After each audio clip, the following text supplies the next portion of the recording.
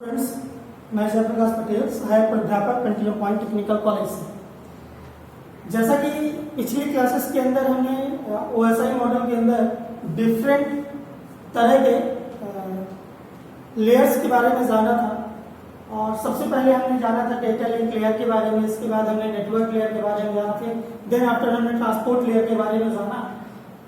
उसी क्रम में आज हम लोग आप लोगों के पास एप्लीकेशन लेयर को डिस्कस करने वाले हैं। ये भी हमारे ओएसआई मॉडल का ही पार्ट होता है, जो एक महत्वपूर्ण लेयर है।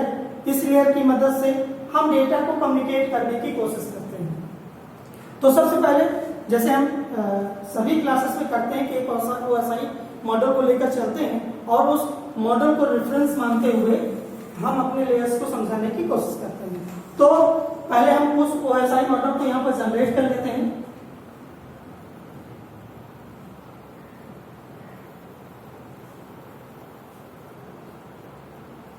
Application layer, presentation layer,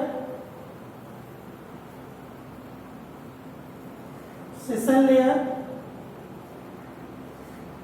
transport layer,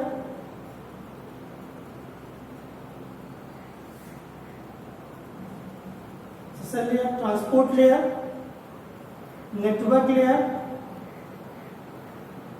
data link layer और last layer is physical layer. तो हम लोगों ने अभी तक ओएसआई मॉडल के अंदर इतनी लेयर्स के बारे में जाना। आज का जो हमारा टॉपिक है वो टॉपिक है प्रेजेंटेशन।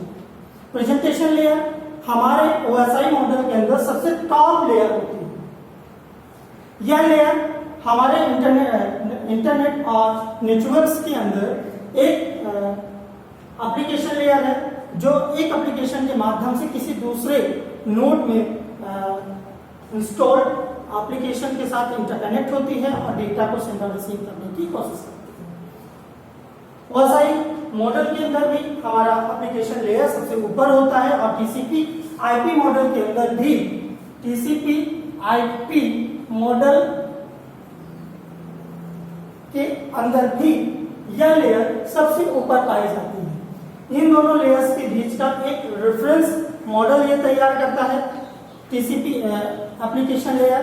अब इस एप्लीकेशन के माध्यम से हम अलग अलग तरह की एक्टिविटीज को परफॉर्म करने की कोशिश करते हैं। यह एप्लीकेशन लेयर हमारे इन मॉडल्स के अंदर बहुत ही महत्वपूर्ण एक्टिविटीज को परफॉर्म करता है। इस एप्लीकेशन लेयर के बिना हम किसी भी तरह के डेटा को सेंड और रिसीव किसी भी नेटवर्क के अंदर नहीं कर सकते। नेटवर्क की तो आवश्यकता होगी, लेकिन हम किसे माध्यम बना करके अपने डेटा को प्रोसेस करेंगे, क्योंकि जिस तरह से हमें दूसरे हार्डवेयर मीडियम्स की आवश्यकता होती है, उसी तरह हमें कुछ प्रोग्राम्स की आवश्यकता होती है। उन प्रोग्राम्स के माध्यम से ही हम अपने नेटवर्क के माध्यम से किसी दूसरे नेटवर्क पे डेटा को या डेटा को एक्सेस करने की कोशिश कर सकते हैं या कोशिश करेंगे, या हम सेंड या रिसीव करेंगे। अगर वो हमारे पास एप्लीकेशन नहीं होगा, वो प्रोग्राम नहीं होगा, तो हम किसी भी तरह से अपने प्रोग्राम को सेंड और रिसीव नहीं कर सकते हैं और ना ही दूसरा यूजर हमारे सेंड किए गए इंफॉर्मेशन को रिसीव कर पाएगा। इसीलिए एप्लीकेशन लेयर हमारे लिए बहुत ही महत्वपूर्ण लेयर है। यह हमारे ओएसआई मॉडल के अंदर सबसे टॉप मोस्ट लेयर होती है और एप्लीकेशन लेयर को हम रेफरेंस या फिर इंटरफेस लेयर भी कहते हैं। यह किन्हीं दो नेटवर्क्स के बीच का एक इंटरफेस प्रोवाइडर होता है, जो वहां पर जो भी प्रोग्राम होगा उस प्रोग्राम के माध्यम से हम दूसरे नोड पे रखे हुए प्रोग्राम को एक्सेस करने की कोशिश करते हैं, एक नेटवर्क को यूज करते हुए। इसीलिए यह हमारे लिए एक महत्वपूर्ण लेयर है। अब बात यह आती है कि एप्लीकेशन लेयर का जो है उसका फंक्शन क्या है, उसकी एक्टिविटीज क्या है। तो एप्लीकेशन लेयर्स के फंक्शन, एप्लीकेशन लेयर फंक्शन, तो सबसे पहला इसका जो फंक्शन है वो है mail service. Mail service in application layer.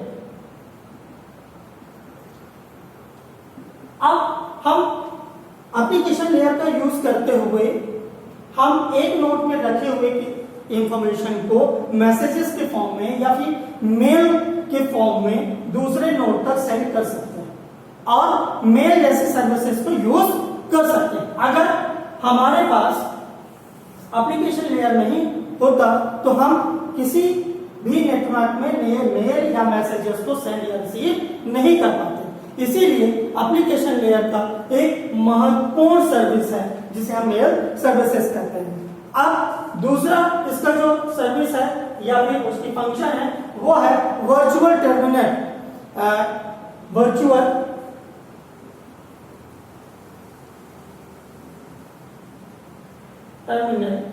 In application. अब वर्चुअल टर्मिनल्स क्या है? जैसा कि हम लोग जानते हैं कि कहीं हम एक नोड पर हैं, अगर हम मान लीजिए ये हमारे पास एक टोपोलॉजी है, उस टोपोलॉजी के अंदर कई सारे कंप्यूटर्स आपस में या नोड्स आपस में एक दूसरे के साथ इंटरकनेक्टेड हैं और कहीं यहाँ पर किसी एक नेटवर्क पे कई सारे नोड्स हैं या कोई एक नोड है, उस नोड को हमें एक्सेस करना है तो हम किस तरह से करेंगे? तो हम वर्चुअल सिस्टम को यूज करते हुए इस नोड को यहाँ पर रखे हुए नोड्स को आपस में इंटरकनेक्ट करेंगे और उसे कनेक्ट करने के लिए हमें एप्लीकेशंस की आवश्यकता होगी और उस एप्लीकेशन की मदद से ही इस नोड को इस नोड के साथ इंटरकनेक्ट किया जा सकता है, यानी इनको आपस में एक दूसरे के साथ इंटरफेस किया जा सकता है।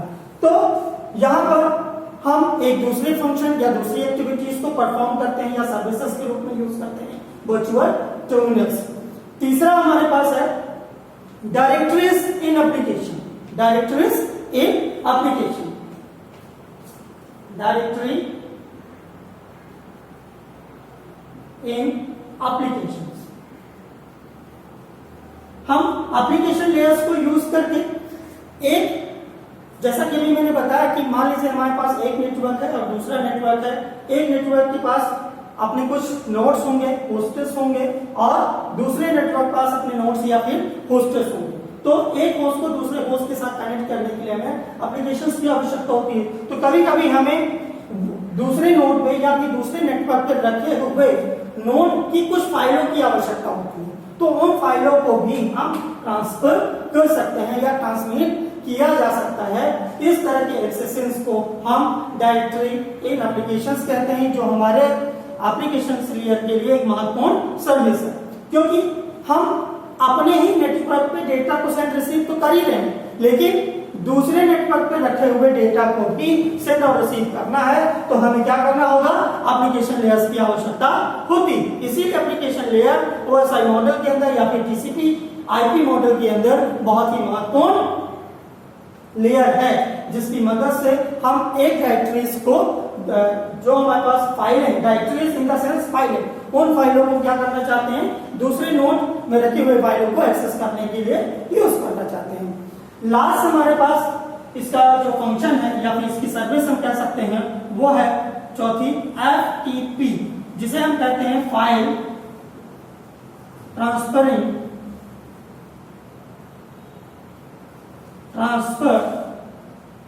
प्रोटोकॉल।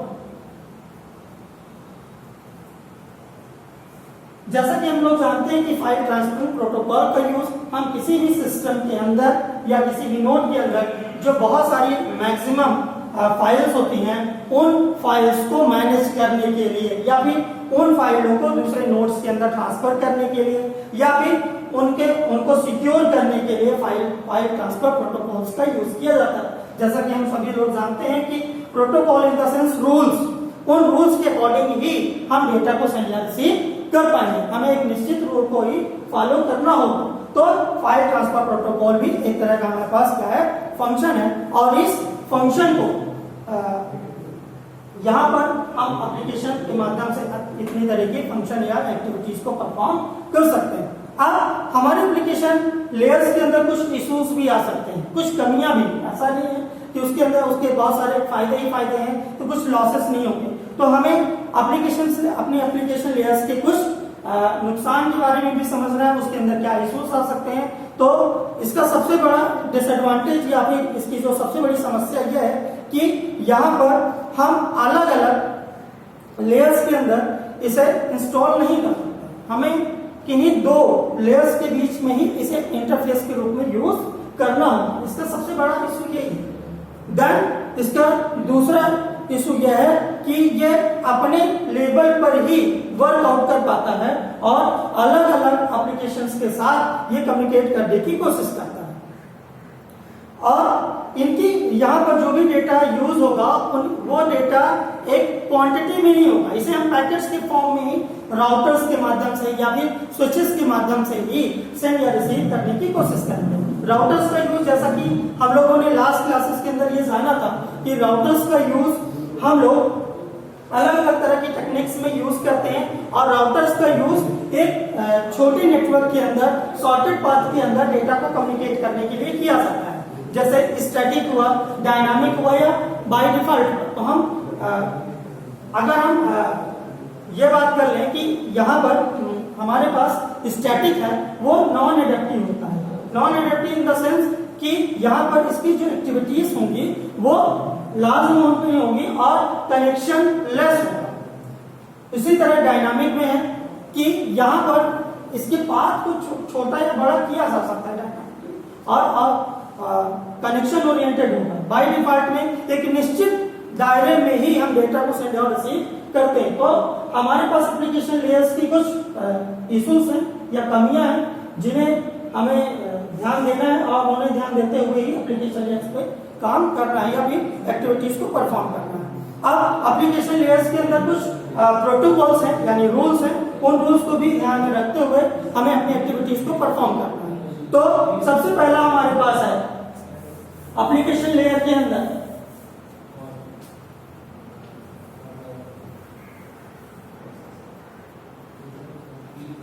एप्लीकेशन लेयर डीएनएस या एप्लीकेशन प्रोटोकॉल्स। तो सबसे पहले है डीएनएस यानी डोमेन नेम सिस्टम।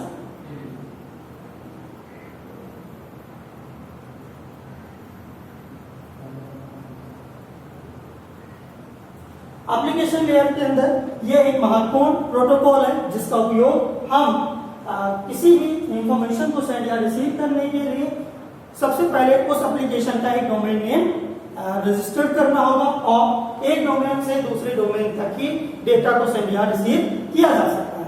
यानी यह प्रोटोकॉल एप्लीकेशन लेयर के अंदर सबसे महत्वपूर्ण रूल है और इस रूल के अकॉर्डिंग ही हम किसी भी एप्लीकेशन को दूसरे एप्लीकेशन के साथ एक नेटवर्क के माध्यम से अटैच करते हैं और उनको लिंक करते हैं और लिंक करने के बाद ही डेटा को सेंड या रिसीव किया जा सकता है। जैसा कि आप लोग सभी लोग जानते हो कि यहाँ पर डोमेन नेम के लिए हम लोग www.in यानी यहाँ पर जो इन है इसका एक डोमेन नेम है यानी इसकी एक सर्विस, इस सर्विस के अकॉर्डिंग ही हम डेटा को सेंड और रिसीव कर पाते हैं। HTTP दूसरा प्रोटोकॉल है HTTP जिसे हम हाइपर टेक्स्ट ट्रांसफर प्रोटोकॉल कहते हैं।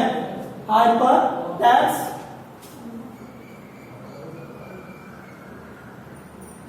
Transfer protocol. जैसा कि हम लोग जानते हैं कि यह भी एक महत्वपूर्ण एप्लीकेशन लेयर्स के अंदर या प्रोग्राम्स के अंदर एक महत्वपूर्ण लेयर प्रोटोकॉल है जिसका उपयोग हम फाइल्स को कलेक्ट करने के लिए करते हैं। यह हाइपरटेक्स्ट जो प्रोटोकॉल टेक्स्ट एक्टिविटी है इसके अकॉर्डिंग ही हम अलग अलग तरह के पेजेस को आपस में एक दूसरे के साथ या एप्लीकेशंस के साथ एक्टिविटीज और उनको आपस में एक दूसरे के साथ लिंक करते हैं और लिंक करने के बाद ही डेटा को संचालित किया जा सकता है यानी ट्रांसफर किया जा सकता है। जैसा कि कोई पेज है उसे हमने कहा www या सर्च इंजन हम कह देते हैं google.com। तो यहाँ पर हमारे पास जो गूगल है वो एक क्या है हमारे लिए हाइपर टेक्स्ट है क्योंकि इसके अंदर डिफरेंट तरह की फाइलों को अंकित किया गया है और इसके साथ इनका एक रिलेशन है। एफटीपी फाइल ट्रांसफर प्रोटोकॉल, ये भी एक महत्वपूर्ण, जैसा भी अपने लास्ट में डिस्कस किया था कि फाइल ट्रांसफर प्रोटोकॉल, तो यहाँ पर फाइल्स को ट्रांसफर करने के लिए अलग अलग तरह के प्रोटोकॉल्स के अंदर हम इसका यूज करते हैं और ये बहुत सारे फाइलों का एक कनेक्शन होता है या डायरेक्टरीज का जो दूसरे नोड में रखी हुई फाइलों को एक्सेस करने की कोशिश करता है। वो किसी भी तरह की फाइल हो सकती है, जैसे आपने अगर कोई मेल किया है उस मेल को भी अगर एक्सेस करना है तो फाइल ट्रांसफर प्रोटोकॉल जैसी प्रोटोकॉल को यूज करना होगा। अब एक और महत्वपूर्ण आपके पास प्रोटोकॉल है जिसे हम कहते हैं SMTP। SMTP simple mail transfer protocol. तो सिंपल मेल ट्रांसफर प्रोटोकॉल का यूज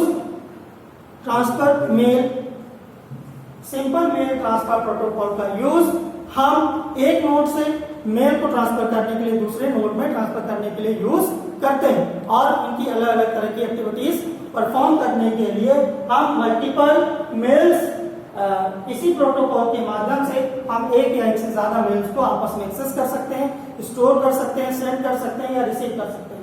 तो आज मैं स्टूडेंट्स आप लोगों से आशा करता हूं कि एप्लीकेशन लेयर आप लोगों को समझ में आई होगी। अगर नहीं समझ में आया होगा तो आप लोग ग्रुप में आकर के इस बार डिस्कशन कर सकते हो या फिर आप अपनी क्वेरीज जनरेट कर सकते हो। Thank you.